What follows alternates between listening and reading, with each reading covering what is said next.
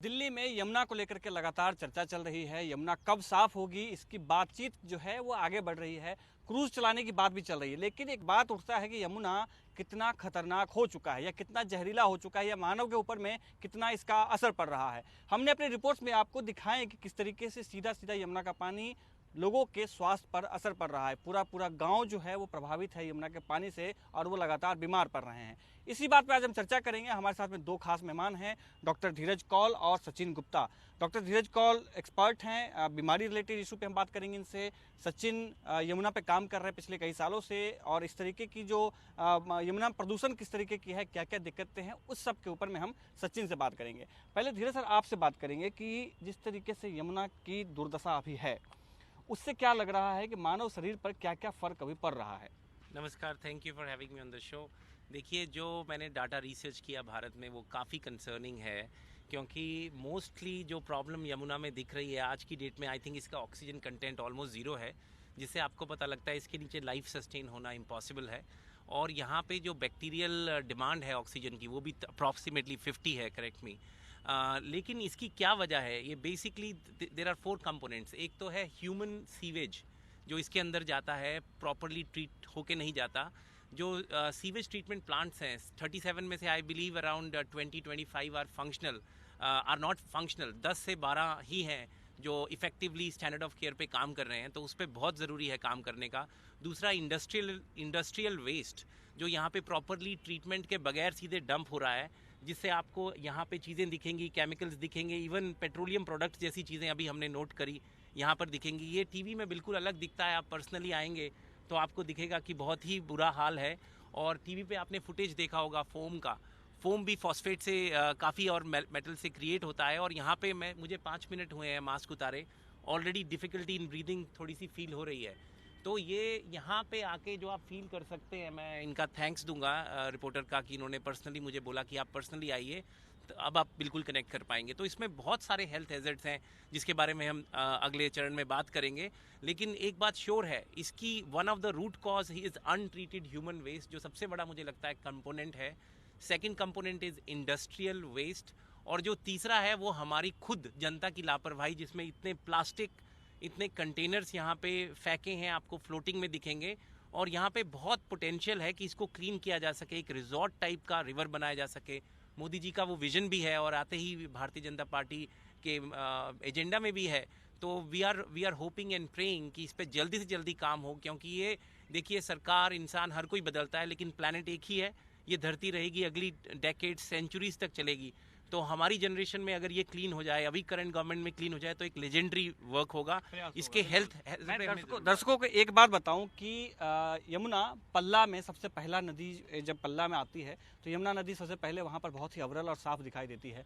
वहां से वजीराबाद तक स्थिति बहुत हद तक ठीक होती है, लेकिन वजीराबाद से आगे जब नजफगढ़ नाला मिलता है, जो साहिबी नदी पहले हुआ करती थी, नजफगढ़ नाले के बाद में स्थिति इसकी खराब हो जाती है। और ये 22 किलोमीटर का दायरा है। सर मैं आपको बताऊं कि 22 किलोमीटर का जो दायरा है, इसमें हम 80%, 75 से 80% जो हम मलबा है, जो हम कूड़ा कचरा या जो नदी को हम प्रदूषित कर रहे हैं, वो मात्र इस 22 किलोमीटर के दायरे पे कर रहे हैं। लेस देन 2% है of the entire Yamuna stretch, जो 1356। जब मैंने रिसर्च की यमुनोत्री से अगर आप प्रयागराज तक जाइए तो 2% का जो कांटेक्ट यमुना का इस 22 किलोमीटर में है, उसमें हम तो खुद ही कल्प्रिट है एज द पॉपुलेशन। इसको इतना दूषित 80% ऑफ पॉल्यूटेंट कर रही है। तो कहीं ना कहीं हमें अपने बिहेवियर्स में, अपनी प्रायोरिटीज़ के अंदर चेंज लाना बहुत ज़रूरी है। यहाँ पे एक्सीलेंट काम एनजीओज भी कर रहे हैं, लेकिन जब तक जनता गवर्नमेंट का सपोर्ट नहीं करेगी, मुझे नहीं लगता ये टास्क प्रॉपरली कंप्लीट सबकी जिम्मेदारी है। सचिन आपसे जानेंगे, आपके पास में डाटा है, सर से बात करेंगे मेडिकल रिलेटेड जो इश्यूज हो रहे हैं। मोमनाथल गांव हम जा चुके हैं, मोमनाथल गांव जो सबसे ज़्यादा प्रभावित है। अभी जहां पर हम मौजूद हैं, यहां पर कालिंदी कुंज का घाट है, ये यहाँ पर क्या स्थिति है पोल्यूशन को लेकर के? तो स्थिति तो आप देख ही रहे हैं कि ह्यूमन जैसे ही मानव ने अपने प्रकृति के संरक्षण में योगदान देना शुरू किया है, और आप देख सकते हैं आस्थाओं की बात नहीं करते हैं, मगर मजबूरी होती है कि हम आस्थाओं के लिए बोलना, क्योंकि सबसे ज़्यादा जो नदी किनारे का जो डंपिंग एरिया है, सबसे ज़्यादा आस्था की चीज़ें हैं। आस्था तक तो ठीक है कि आप फूल पत्ती और अस्थियाँ चलो आप बहाते हैं, ठीक है वो, क्योंकि पहले से पूर्वजों से जो चीज़ संस्कार चले आ रहे चलते हैं। बट उनके साथ साथ लोगों को आप देखोगे घरों से निकला हुआ कूड़ा इसमें डंप, वो कहाँ तक ठीक है? मतलब आदमी आपको इस नदी में हर वो चीज़ मिलेगी जो आप घर में यूज़ करते हैं, जब वो किसी काम की आपके लिए नहीं रहती तो आप इस नदी में लाके डंप कर देते हैं। सबसे बड़ी दिक्कत तब होती है जब आप सीओडी लेवल पे बात करें। इसमें केमिकल कितना ज़्यादा रसायन है, उसकी बहुत बड़ी मात्रा जो घरों से निकलने वाला हाउस होल्ड वेस्ट तो है ही, साथ से साथ जो इंडस्ट्रियल वेस्ट आ रहा है, जो ड्रेनेज के माध्यम से आ रहा है।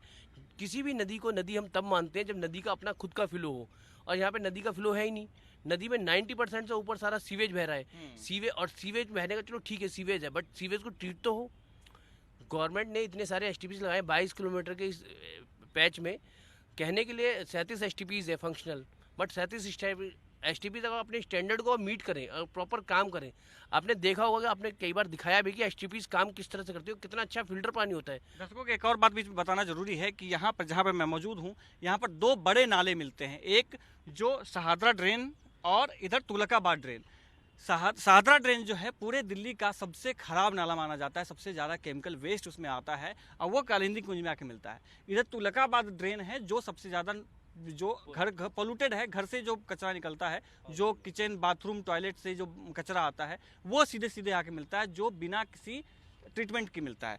सर आपसे जानेंगे जैसे कि हाँ देखिए, नदी की स्थिति बहुत ज़्यादा तब भयंकर हो जाती है जब, जैसे आपने बता देते भाई, कि जब ये दो ड्रेनेज, आपको यकीन नहीं होगा किसी भी फीकल कैल्शियम बैक्टीरिया जो कि मानव की आंतों में पाया जाता है या गर्म रक्त वाले जानवरों में, और वो मानव मल के माध्यम से नदियों में मिलता है।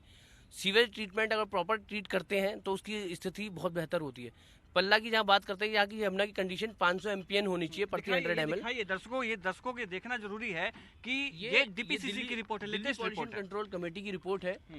और आप देख सकते हैं ये पल्ला है, पल्ला जहाँ पे जो कंडीशन है यमुना की, जो फीकल कैल्शियम बैक्टीरिया जो हरियाणा गवर्नमेंट से आ रहा है हमारे पास, वो 950 है। 500 MPN होना चाहिए, डिजरेबल 2500 तक है, 500 तो मेरे ख्याल से ऊपर नहीं होना चाहिए, बट फिर भी हमें 950 है, बेहतर है। और जहाँ पे हम खड़े हैं, जो दोनों ड्रेनेज मिलने के बाद जो कंडीशन आखिरी है, जो दिल्ली वाले अदर स्टेट को मतलब यूपी वालों को पास कर रहे हो, वो 79 लाख, कई गुना ज़्यादा है, कई गुना ज़्यादा है। जहाँ 500 होना चाहिए उस कंडीशन में 79 लाख। आप दिल्ली वाले उम्मीद करते हो कि आपको स्वच्छ जल मिले, बट आप अगले वाले स्टेट को क्या दे रहे हैं? बिल्कुल। अब हम यहाँ से उठते हैं और आगे की तरफ बढ़ेंगे कि दिखाएंगे आगे कि किस तरीके की स्थिति है। आप देखेंगे, एक चीज़ मैं दिखाता हूँ, देखिए ये डेड बॉडीज हैं और जानवरों की डेड बॉडीज है, यमुना किनारे है। इस पे भी हम बात करें डॉक्टर साहब की किस तरीके से स्थिति है, इस तरीके की भी क्या क्या दिक्कतें हैं वो भी मैं आपको दिखाऊंगा। ये देखिए, ये हड्डी है जानवर का, कोई जानवर मरा उसको यहाँ पे फेंका गया, वो देखेंगे। अंकुश हमारे कैमरा पर्सन आपको दिखाएंगे, जानवर के स्केलेटन्स हैं, आपको जानवर की जो हड्डियां हैं वो दिखाई देंगी। और ये सब कहीं ना कहीं यमुना को दूषित कर रहा है, यमुना की ज़मीन को ख़राब कर रहा है। यमुना के किनारे जो स्थिति है, आप ये मूर्तियां देखें, जो हम बता रहे थे कि भगवान के हम विसर्जन यहाँ करते हैं, कितनी सारी मूर्तियां हैं, और भगवान का हम घर में तो पूजा हमने किया और यहाँ पे हमने लाके छोड़ दिया। तो ये स्थिति है।